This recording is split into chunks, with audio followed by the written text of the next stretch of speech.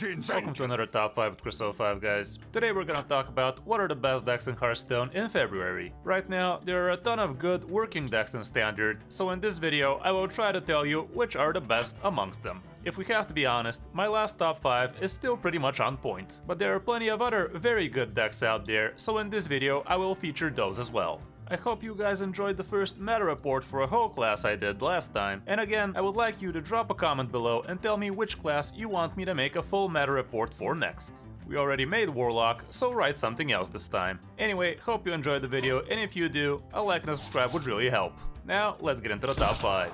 Like I said, my last top 5 was pretty much on point, and still, Enraged Warrior and Ramp Paladin are probably the best decks out there. Token Druid is still strong, even though not as popular anymore, Zoolock is still smashing, Face Hunter goes face, so now I will feature 5 other great decks that you can try.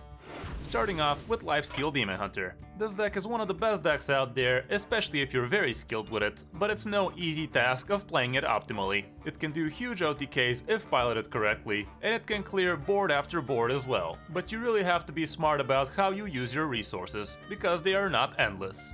Right now, the Lifesteal Demon Hunter is more oriented to spell lifesteal other than the Eldrazi, and after the Blade Dance nerf, it doesn't really run that much face smorg damage for your weapons. In this version, you have to rely heavily on your spell power minions and on your artificers. You're also running the new Eldari studies, which can give you more Skulls of Gul'dans, but it also discounts your outcast cards as well.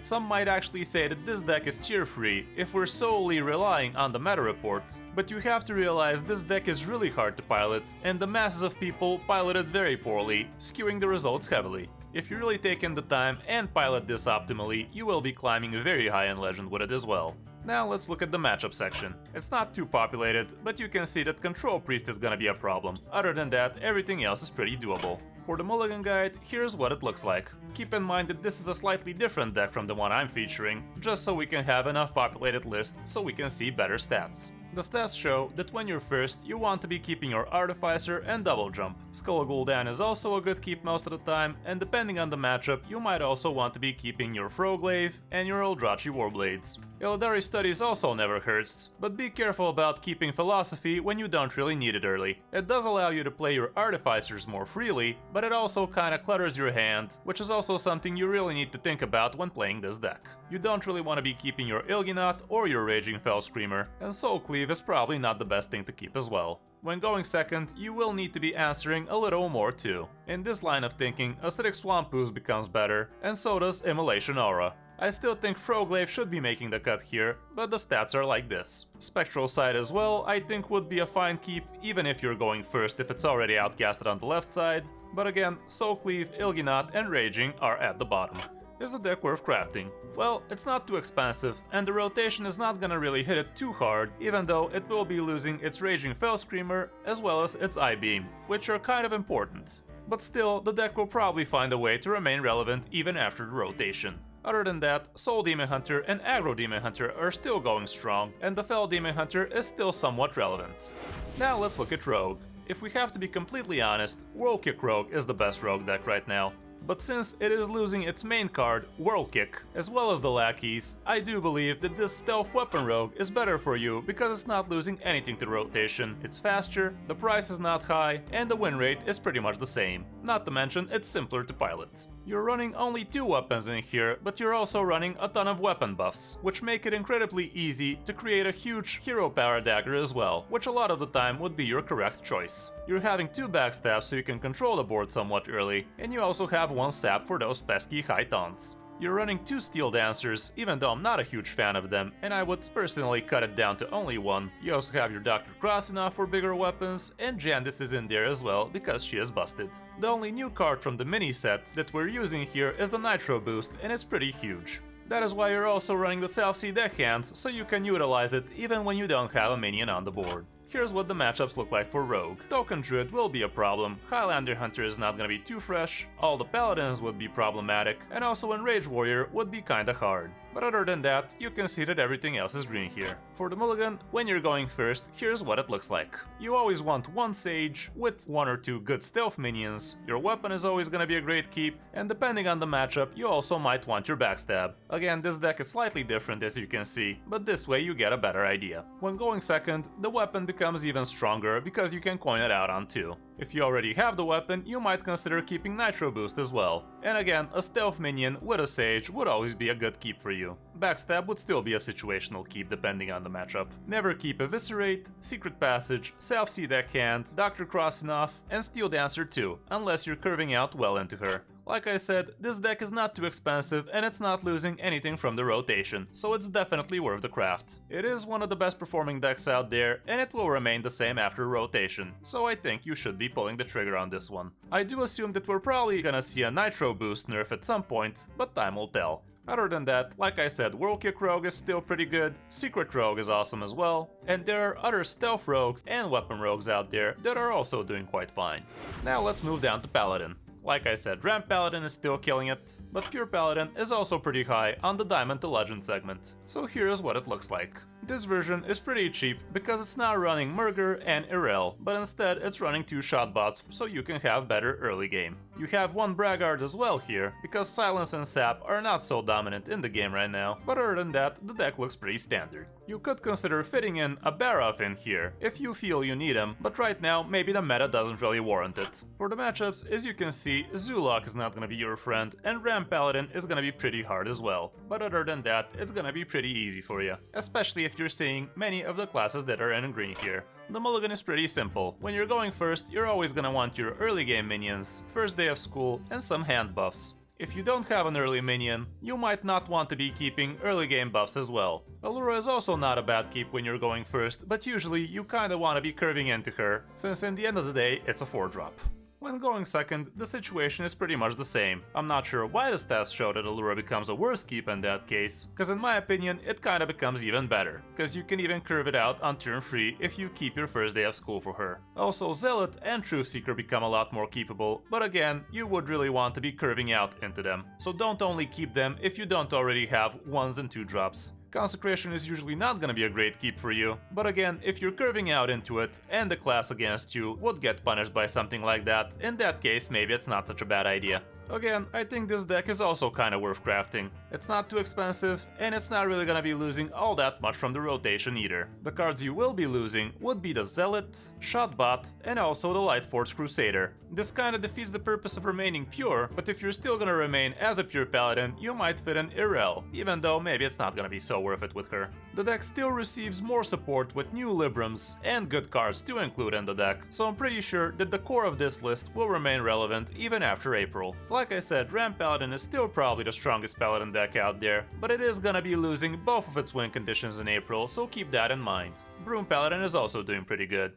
Next up, we have Silas OTK Warrior, which costs as much as the 3 last decks combined. We already talked about Enrage Warrior in the last video, so here is one of the best performing control versions for Warrior. The game plan with this is simple, but it's not so simple to execute it. You want to gain huge amounts of armor, and Silas, a soulbound Ash Tongue, which you can shield slam afterwards for the OTK. That is not gonna be your win condition in every matchup, because in some cases you're only gonna need to survive till you fatigue your opponent, so you can even use your second shield slam if the game warrants it. You have a ton of defensive tools in here, and you also draw very heavily. Bulwark of Azenath can be a huge deal breaker for many classes, and you also have Rattlegore in there as another side win condition too, on which you can actually use your mercenary as well. Sadly, I can't show you too many matchups for this deck, but as you can see, Ram Paladin is gonna be not so bad for you, and so is Token Druid, so that is pretty good to know. For the mulligan, here's what the stats look like.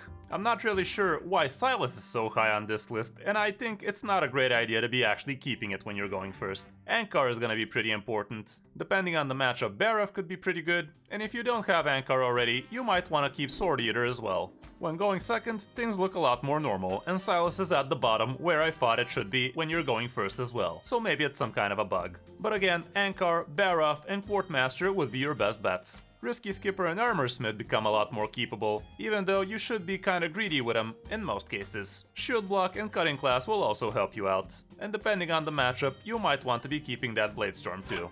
This deck is very expensive, so I'm not sure how good of an idea is it for you to be crafting it. You're also gonna be losing plenty of core cards, with Risky Skipper, Ankar, and Mercenary at the top. So yeah, I'm not sure it's gonna be a great idea for you to craft it right now. You can definitely play it if you already have it, but definitely don't spend too much dust to get it. Especially since there are so many other good warrior decks out there. They're also losing pretty much the same cards, since Risky Skipper has been a core card for warrior for a very long time, but you can go for Enrage Warrior, Bomb Warrior, ETC Warrior, Big Warrior, and so on. And the final deck I'm gonna feature today is gonna be on a class we don't normally feature, Priest. But Resurrect Priest is starting to see a rise in popularity and in win rates again, so let's check it out. This is a Galakrond Resurrect Priest, where you don't really want to be invoking Galakrond, but you only have it so you can have infinite value for the late game. You have plenty of control, cheap spells in there, as well as the new Hysteria, which can be pretty strong against most classes. Mind Reader Elucia is also in there, but you have to be careful playing her, because you don't really want to be resurrecting her. So she is there as sort of a backup plan against some of the OTK decks out there like Enrage Warrior, and it can screw a Demon Hunter pretty hard as well, especially if you play it after they keep a few of their cards from their Skull of Gul'dan. You have your usual annoying minions here too, but you also have Mana Saber so you can cheat out mana earlier. There's also a Skeletal Dragon in here so you can get more value out of there, and you obviously have your 2 Mass Resurrections, with which if you hit it with a Vargot, you get to have 6 minions from it. Again, the matchups are not too populated, but you can see that Ramp Paladin is not gonna be super great, but it's pretty much close to 50%. Stealth Rogue is gonna be pretty easy for you though. And with Token Druid, again, it's 50-50. For the mulligan, there are not too many games with this deck, so I can't really show you with the coin and without the coin, so here is what the mulligans look like with both. Vargot is probably gonna be always a keep for you, and depending on the matchup, you should consider if you need your AoEs or your single target removals. Renew is probably always gonna make the cut for you, because you can discover what you need from it, and palm reading is usually pretty nice as well. I don't think you should be keeping Skeletal Dragon in your hand. And also don't get baited into keeping your Psycho Pump, because you really want something dead before you get to play him. So it's probably gonna be something along the lines of a 6-drop for you. Elucia should also never be a keep for you as well. Again, I would say this deck is not very worth crafting right now, because it is gonna be losing most of its core cards in April. It's not too expensive, but it's not too cheap either. But yeah, if you have the cards, definitely give it a try if you're feeling like playing Priest. Other than that, Highlander Priest and the Big Res Priest are also doing pretty fine, but so far this one seems to be at the top. For Druid, Token would be your obvious choice, with plenty of versions to pick from. Guardian Druid is also doing fine, and there's actually a Highlander Druid list out there which has above 50% win rate too. For Hunter, Highlander Hunter and Face Hunter are still at the top. And yeah, Highlander Hunter is still one of the best decks out there.